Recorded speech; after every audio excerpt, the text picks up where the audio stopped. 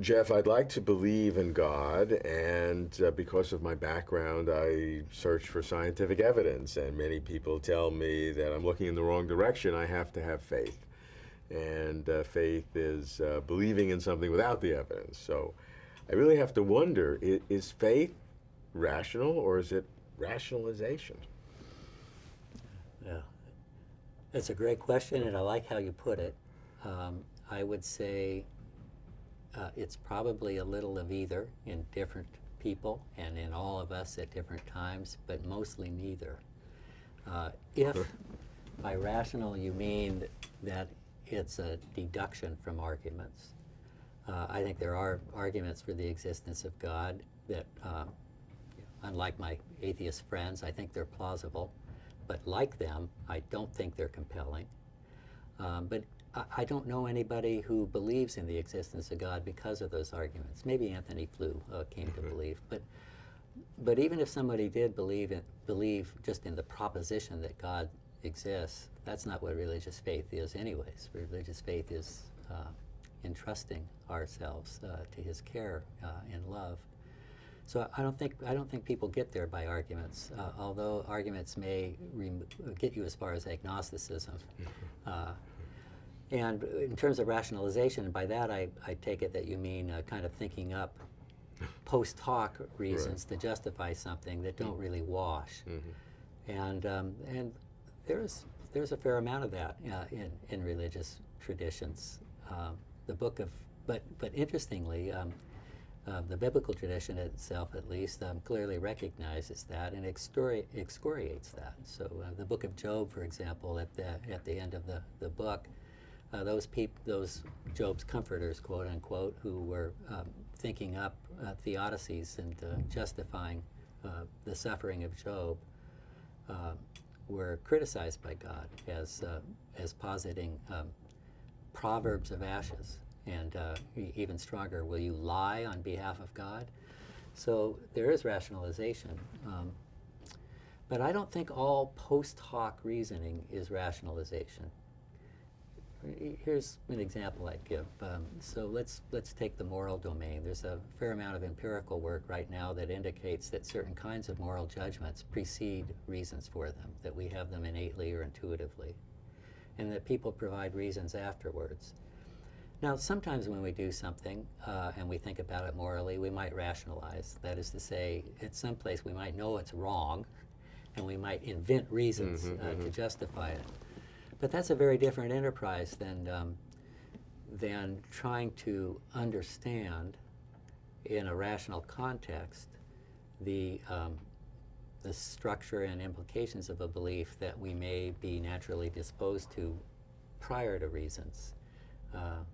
So T.S. Eliot, in his introduction to Pascal's Pensées, suggests that the challenge of the Christian intellect is not to, for example, calculate the odds of virgin birth by spontaneous parthenogenesis, but the challenge of the Christian intellect is to, having come to belief, understand the implications of that belief for engaging the world. So that's what I think belief entails. Now, how we come to belief to begin with may include some arguments for at least getting as far as thinking a hypothesis is plausible, and I think arguments for God can do that.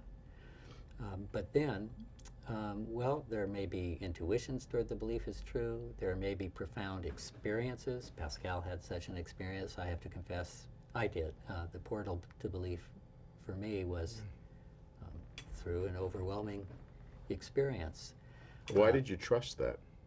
Well, now that's the question. I think that actually is the fundamental religious question.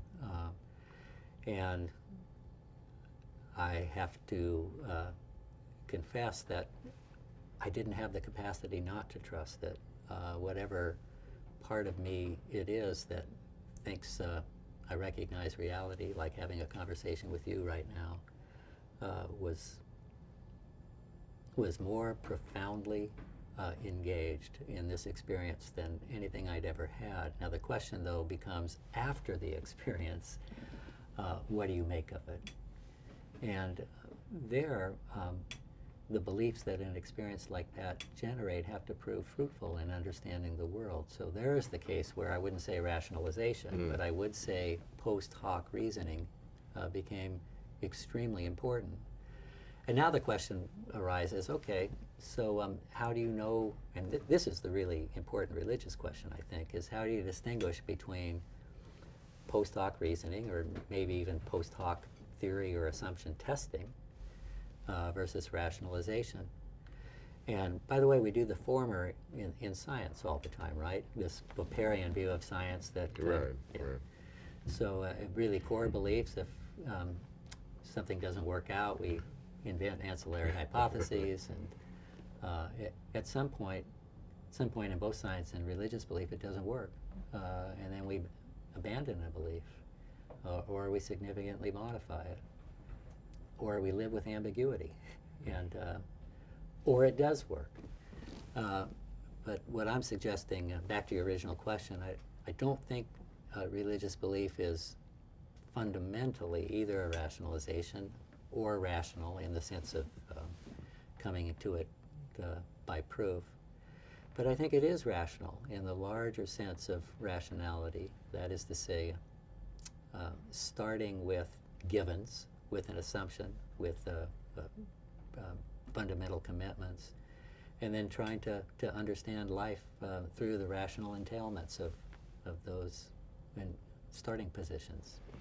And as a biologist, an evolutionary biologist, how has that affected your sense of either a rational approach to God, or looking at your background in evolution and worrying if indeed you've been rationalizing? Well, the ways my faith has interacted with biology have been manifold. I mean, on one end of the continuum, there's the affective domain. I mean, Darwin at the close of The Origin says there is a grandeur in this view of life. And boy, I really think that's true, not only in terms of the theoretical proposal in The Origin, but I'm a field biologist, so these aren't demonstrations of God, but coming to the world with belief in God has just fueled my appreciation, both for the natural world as his artistry and for him as the master artist. But there are intellectual questions that have arisen, and I would say, I mean, of both a confirmatory and a challenging nature. So I think, and we may talk about this later, but the pageant of evolutionary history, I think, is really concordant with the notion of a providence working itself out through the history of the cosmos.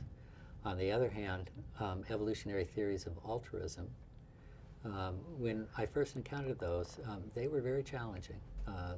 The notion in my own Christian tradition, but also in many other traditions, that the telos, the fundamental endpoint and target of human life, is self-giving love for others. And the proposition from some interpretations of evolutionary theory that, first of all, that's impossible, and if you think it is possible, it's a delusion. But it's a delusion that has adaptive consequences, so you're trapped into it. That might be another conversation, but so I would have to say that affectively, biology has really stimulated my faith. In terms of intellectual propositions, it's both challenged and enhanced it.